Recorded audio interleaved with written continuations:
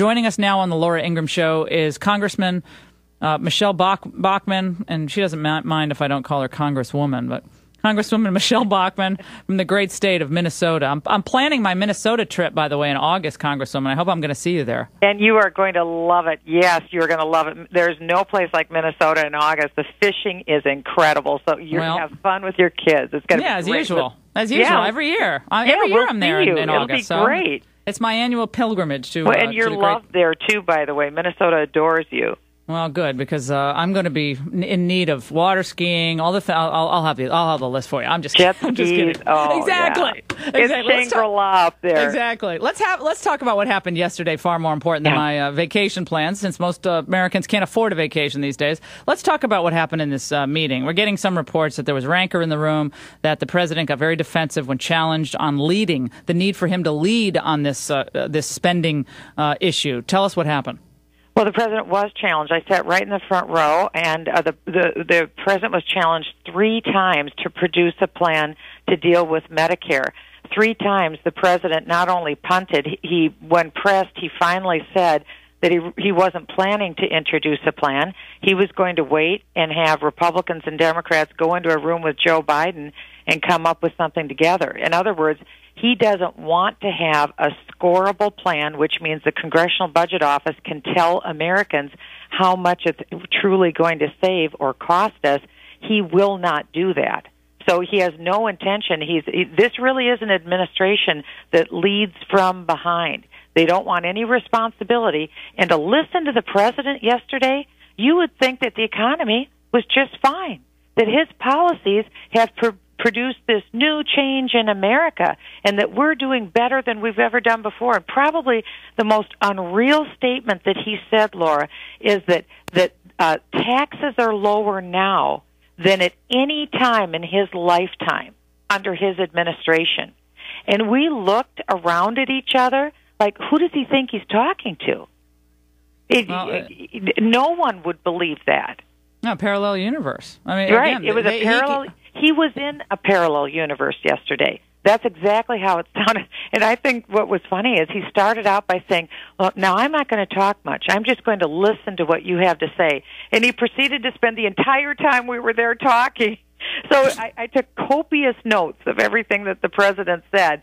And he was not happy when we would press him. There wasn't a lot of time for questions. I would imagine maybe it was 12 minutes.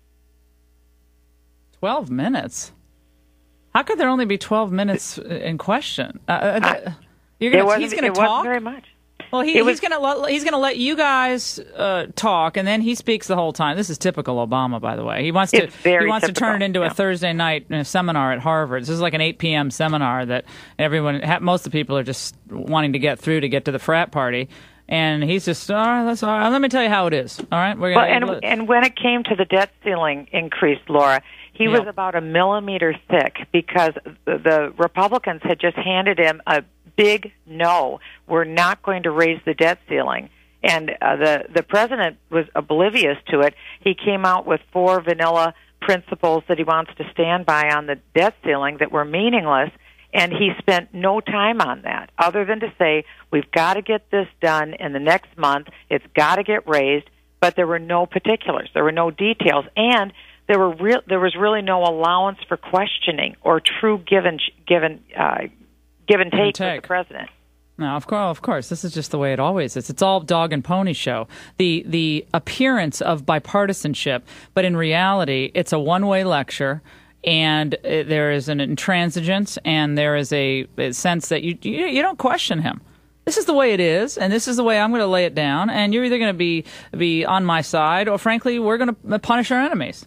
That's just the way it is. And I've been in the same room in the same type of meeting with President George W. Bush, and I saw President George W. Bush bend over backwards to try and reach out to Democrats, try and find common ground, trying to get something done with trying to move the agenda down the road. Now, I'm not defending George Bush and everything that I'm saying when I give this comment, but what I am saying is it was a matter of style.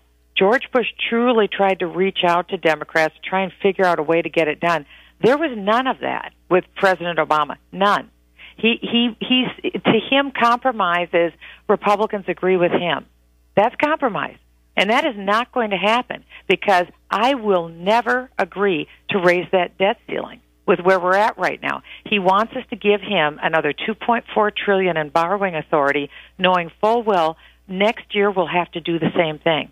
And there is no change in government spending coming out of him. That's why we have to have a complete change at the top, because he doesn't get it. He still is clueless to how horrendous the economic recovery is right now. No, this is why there are a lot of people out there and who believe that, I mean, there has to be someone in the mix who actually wants this to happen in the United States. The people of America want a future that they can be optimistic about, and you bet. It has to be America focused. Everything we do has to be America focused. That's right. And That's right. And like, it's kind of condescending for people to say, "Is there room for a Palin and a Bachmann in the race?" I mean, they don't say that to the men. They don't say that to the men running. So I'm just raising that because I've seen it out there, and other people have made the point. And I want to play for you something that.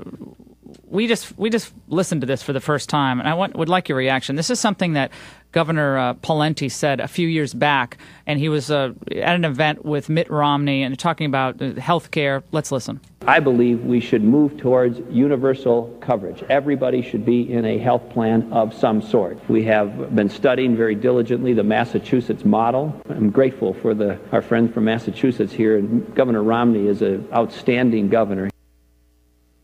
That was in 2006, and I know he's revised his opinion on these things. But have you heard that before?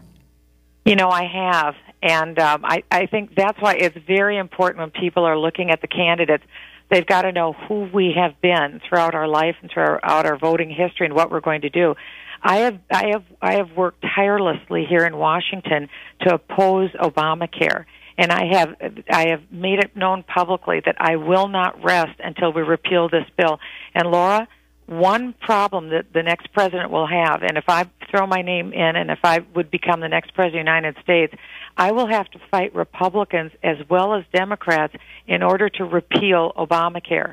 Because a lot of people are listening to some special interest groups, insurance companies and other ones, who actually want the government takeover of health care. So we're going to have to fight Republicans, special interests, and Democrats. It's going to take all of us coming together, but I truly believe we can repeal Obamacare, and I believe we will. Because does that concern you? We have never been a socialist nation. We do not believe in socialized medicine. That's why I believe we'll get rid of it. Does that concern you about Pawlenty? Hello? I think it will concern the voters. Mm-hmm. Well, look, people change. I mean, President Reagan had views on life that changed over the years, and I think people can learn, right? They can learn from things that they previously believed in and mistakes, and everybody makes mistakes, and I don't think we can totally discount someone for having changed their views on an issue. We kind of want people to grow, but the question of consistency is important. One thing that I think we need to keep in mind is that a lot of people get behind programs, and then they put a program into place, and they say, well, gee, it didn't turn out the way I thought. We need to have people who have enough foresight and common sense to know these programs aren't going to work. I'm that kind of person. I know enough. I've opposed these programs because I can see where they're going to take the country. Mm-hmm. Let's not make these mistakes in the first place. We don't have time to do that. We just don't have the luxury. That's why 2012 is so important. That really is our window of opportunity. If we don't get it right in 2012 with a bold, strong constitutional conservative, we don't have the luxury of waiting to a 2016. This is it. Could you see yourself campaigning side by side with Tim Pawlenty? Sure. I can see myself campaigning with anyone. Mm-hmm. I mean, it doesn't matter to me who. It doesn't matter who the candidate is that gets in the race. It doesn't matter. I'm running independent of anyone else, and I'll make my case to the voters, and I'll be. I mean campaigning. No, I mean campaigning for him. Oh, for heaven's sakes, Laura, I'm not going to answer that question because that's not what I'm looking at. I'm looking at if I get in or not, and what I'm going to do. That's my focus. Well, we want as much advance notice as possible because Michele Bachmann will. To see you up on stage with the other Republicans, I'm front row for that, Congresswoman. I want to see it. I want to hear it. So we appreciate it very much. You're coming on. We hope we see you at the debate on June 13th. You're going to be there in New Hampshire? Hey, you're going to find out very soon. Okay, fantastic. Michele Bachmann on the Laura Ingraham Show. Thanks so much.